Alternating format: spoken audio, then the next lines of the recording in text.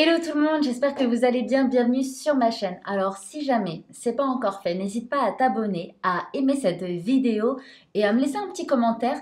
Mais bon, tu sais très bien que je t'encourage à rester jusqu'au bout de la vidéo pour que comme ça ton commentaire il soit fait en toute connaissance de cause. Donc aujourd'hui je voulais vous faire une vidéo concernant ma serre Ikea. Donc je pense que vous savez ou peut-être que vous ne savez pas, mais ça fait maintenant bientôt un an que j'ai donc acheté une vitrine Ikea et que je m'en sers comme serre. Voilà, c'est un petit cabinet Ikea, voilà, que j'ai tout simplement donc acheté pour mon plus grand plaisir et ça me permet aussi donc d'avoir une serre plutôt jolie, plutôt esthétique, donc à l'intérieur de mon salon. Alors aujourd'hui, je vais tout simplement donc vous ouvrir les portes de ma serre et vous montrer donc ce qui s'y passe à l'intérieur. Vous montrer donc le matos que j'utilise, les plantes qui sont dedans et je pense que c'est déjà pas mal.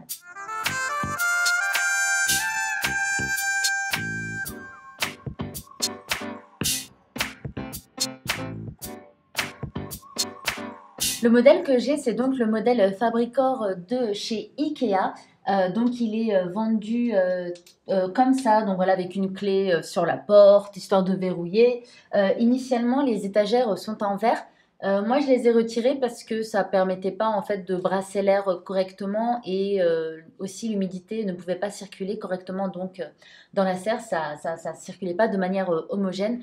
Donc je les ai remplacées par des panneaux en ferraille. Vous savez, c'est les panneaux qu'on accroche au mur et où on accroche nos photos, des pense-bêtes, voilà, histoire de faire un petit moodboard. Et donc voilà, moi j'ai utilisé ça, je les ai donc coupés aux dimensions de ma vitrine. Vraiment un grillage avec des espaces gros comme ça. On va commencer donc par la lumière. Donc moi j'ai acheté des barres LED. Je les ai achetées donc sur Amazon. Elles m'ont pas coûté très très cher. C'est un lot de 4, donc il y en a 2 en haut et puis donc 2 en bas. Elles sont toutes reliées les unes avec les autres avec ce système-là.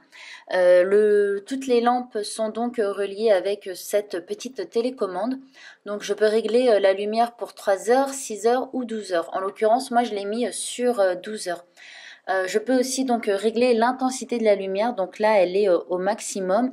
Et aussi, si je veux, je peux en fait différencier donc l'intensité pour chaque barre. Mais moi ici, je les ai toutes mises voilà, avec le maximum de luminosité. Donc moi, je dirais que je suis plutôt satisfaite dans le sens où elle ne crée pas de chaleur et ça crame pas donc les plantes. J'avais d'ailleurs donc là la serre est réaménagée. Donc il n'y a qu'un seul niveau. Il y a quelques jours, elle était avec 2 niveaux. J'avais donc mes plantes qui étaient bien plus près donc de ces lumières-là et elles n'ont pas cramé pour autant. Donc moi, je les trouve tout de même efficaces dans le sens où mes plantes continuent de pousser et je trouve que c'est le plus important. Après, je n'ai pas comparé avec d'autres lampes, donc je ne peux pas vous dire si elles sont moyennement efficaces, très efficaces ou pas du tout efficaces. En l'occurrence, moi, je trouve que c'est largement suffisant et satisfaisant. Alors ensuite, pour la ventilation, donc moi, j'ai opté pour ces ventilateurs-là. Ce sont des ventilateurs d'ordinateur.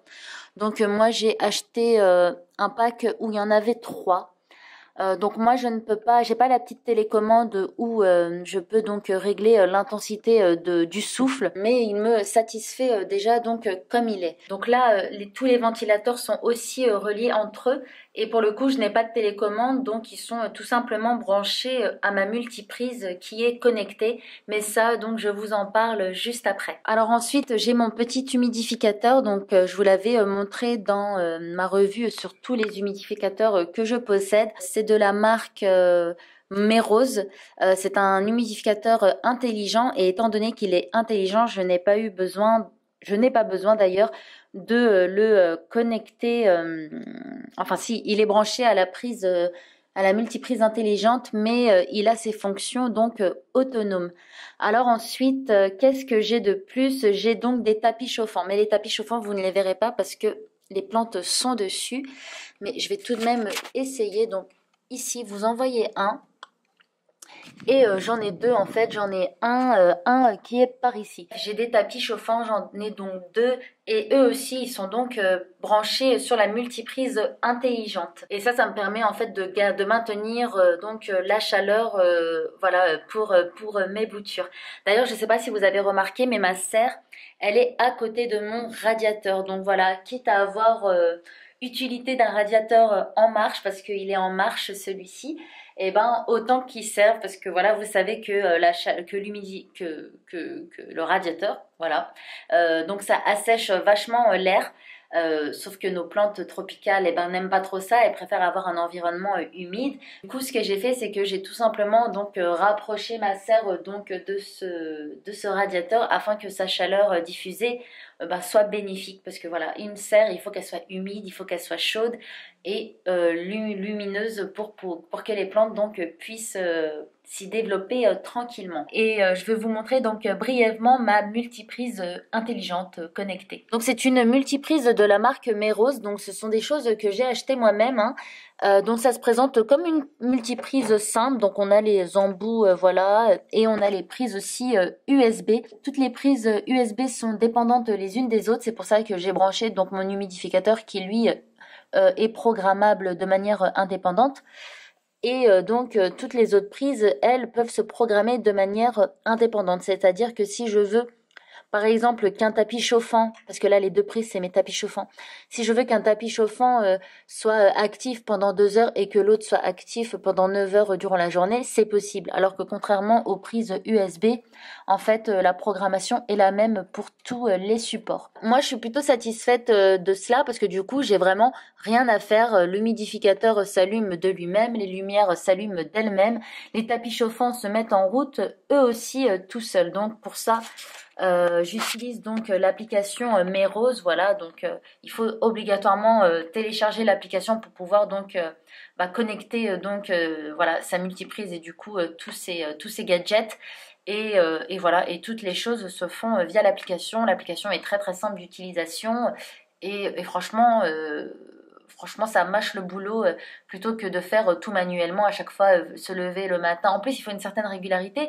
J'ai quasiment rien à faire à part remplir l'humidificateur lorsqu'il est vide et puis checker si tout va bien, si mes plantes aussi, parce que mes plantes aussi je les arrose et voilà, enfin voir m'assurer que tout va bien. Donc allez, maintenant je vous montre les plantes plus en détail. Alors je vous montre donc le niveau du bas. Donc là vous voyez mon Calathea rosy. Voilà, c'était une très belle plante que j'avais mais qui a subi donc une attaque de thrips assez sévère. J'ai donc tout rasé, j'ai seulement gardé ces 2 feuilles là pour qu'elles puissent faire de la photosynthèse et donc me donner d'autres feuilles. Donc là vous voyez j'ai plein de nouvelles feuilles. J'ai aussi des nouveaux départs qui sont donc en préparation. Pour rester sur les Calathea, j'ai donc ce Calathea, je ne sais plus son nom, je vais vous le mettre. Donc lui pareil aussi, j'avais tout rasé et là il est en train de repartir. Là j'ai un aglaonema, donc vous savez c'est le bidadari, donc je trouve tout simplement splendide. Sauf que en fait les aglaonema quand ils commencent à dépérir, eh ben ils dépérissent pour de vrai. En fait c'est une course sans fin vers la fin. Et j'ai l'impression qu'il y a presque rien à faire. Donc c'est pour ça qu'elle se retrouve dans ma serre et qu'elle est et qu'elle a une petite forme. Mais voilà, je trouve pas que ce soit des plantes hyper faciles. En tout cas, à chaque fois celles que j'ai eues, c'était pas simple de culture. Donc là, j'ai tout simplement mise dans ma serre afin qu'elle puisse repartir. Ici, j'ai donc une bouture que m'avait envoyée Pierre de Philodendron Beauty Green, il me semble que c'est bien ça. Écoutez, elle a mis énormément de temps à partir parce que vous voyez, le tronc s'est complètement recouvert d'une sorte de couche dure, comme si qu'elle s'était couverte d'une carapace. Et donc je me disais mais comment en fait cette plante va repartir. Et là récemment donc on voit donc ce petit œil qui est en train de grandir. Et puis on a aussi celui-ci. Et là la feuille va bientôt donc sortir complètement. Donc je suis plutôt contente. Je pensais que c'était une plante qui était perdue, mais finalement non, elle est en train de pousser. Donc là, vous voyez mon philodendron. Donc là, je l'ai enlevé. J'avais donc mis un sac en plastique étant donné qu'il aimait vachement l'humidité. Mais je l'ai enlevé au fur et à mesure. Et là, ça y est, il commence à s'adapter donc à l'environnement de la serre sans l'effet double serre que je lui avais fait. Donc lui, pour le moment, il a en parlé de vermiculite parce que voilà, je veux booster donc son système racinaire. Voilà, donc voilà pour les plantes. Et maintenant, le reste, ce sont mes alocasias en sauvetage. Parce que tous mes alocasias là sont rentrés en dormance sans exception. Et donc, j'essaie donc de les réveiller tranquillement. Le premier à s'être réveillé, c'est donc mon Amazonica poly que je trouve magnifique. Donc, vous voyez, la feuille est immense. Elle est un peu plus grande que ma main. Et je suis trop contente parce que c'est une plante que j'adore. Je crois que c'est un de mes alocasias préférés. Et pareil, donc ils sont tous en perlite vermiculite, voilà, pour qu'ils puissent donc repartir. Donc je vais vous montrer le système racinaire. Donc vous voyez là les racines pour mon alocasia poly. Donc ça fait même pas un mois que je les ai donc installées comme ça. Et ça fonctionne du coup de tonnerre. Mon alocasia poly est en train vraiment de repartir. Ici, on en a un autre. Je ne sais pas encore c'est lequel. C'est peut-être un petit poly ou un red cuprea. Je ne sais pas encore. Et sinon, j'attends tout simplement que les autres repartent. Ici, celui-ci m'a fait une toute petite feuille. Je ne sais pas du tout ce que c'est encore. Mais je me laisse donc la surprise. Donc voilà, et si on monte à l'étage au-dessus, donc là ce sont toutes mes boutures. Donc là vous voyez des petits alocasias, donc ce sont tous mes bulbis qui ont pris. Donc on a beaucoup d'alocasias poly et on a aussi un alocasia red cuprea. Donc voici, on a aussi du philodendron Painted Lady. On a aussi celui-ci qui me fait pas de feuilles depuis, ça fait des mois lui qu'il est dans la serre et il n'a toujours pas bougé. J'ai aussi du coup du Pink Princess, j'en ai donc 3. J'ai aussi du White Princess, donc là on a des sortes de boutures de tête. Ah, ici on a un Alocasia, donc Stingray aussi qui se porte plutôt bien, je l'ai cultivé à partir d'un bulbi aussi. Les philodendrons White Princess, donc ceux-là, ce sont des boutures de tête. Et ici, ce sont donc des petites boutures de tronçon. Donc, c'est un peu plus délicat, les boutures de tronçon. Je le conseille pas forcément. C'est pas forcément la meilleure chose à faire. Mais je me suis lancée et j'espère que je vais avoir donc des philodendrons un peu plus établis. Donc là, j'en ai un autre. Voilà. Et ici j'ai une petite orchidée bijou, je ne sais plus c'est laquelle, enfin si je sais c'est laquelle, c'est celle qui est plutôt marron, voilà. Donc là elle est en train de repartir, il y avait que c'est pareil une bouture de tronçon et là donc on voit bien qu'il y a des feuilles qui se font un peu partout. Donc voilà, je vous ai pas dit aussi, mais j'ai bien évidemment un petit appareil qui me permet de checker donc ici la température et ici l'humidité. Donc là, ça fait un moment que ma serre elle est ouverte, c'est normal que l'humidité est tombée à 55%, mais en général, je suis plus autour des 80%, malgré la taille de mon humidificateur. Et aussi, je n'ai pas donc isolé toute ma serre, c'est-à-dire que je n'ai en fait, quand je vais fermer ma porte, en fait, il y a encore des espaces, voilà, des espaces d'air. Et moi, j'avoue que je n'ai pas bouché cela. Et en fait, ça se passe aussi tout aussi bien. Ça maintient tout de même l'humidité. Ça permet aussi que l'air circule un peu mieux. Et voilà. Et je trouve que... Oh bah, j'ai une mouche qui est rentrée dans la serre. Bon, elle est sortie. Donc voilà pour ma serre, donc dans mon salon.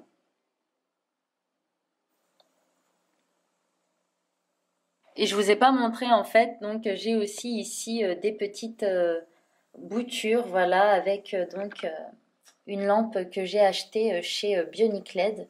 Et voilà, donc ici, allez hop, je vous fais le tour de tout. Donc ici, c'est une petite boîte où j'ai mis plein de tronçons de Tradescantia zebrina parce que j'adore cette plante et j'ai envie j'ai envie d'en avoir une grosse parce que je l'ai perdue à cause des trips. Donc voici ce que ça donne. Donc ma foi, et ben ça pousse, ça pousse. Ça fait même pas 3 semaines que c'est dedans et j'ai déjà donc plein de feuilles. Alors dans cette boîte, j'ai encore du philodendron Pink Princess. Voilà, pour le moment, je le laisse ici.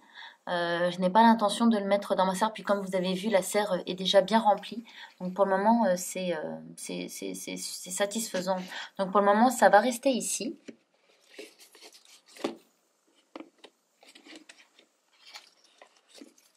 Ici aussi, j'ai donc une petite Pink Princess qui n'a pas de pink. Donc elle, voilà, elle est en permélite vermiculite dans un cache-pot et avec du film alimentaire pour maintenir donc l'humidité. Donc je fais pas mal de petites expériences et je pourrais voir du coup qu'est-ce qui fonctionne le mieux. Et ici on a du Rhaphidophora tetrasperma que je bouture à l'aide, comme vous voyez, d'un petit humidificateur.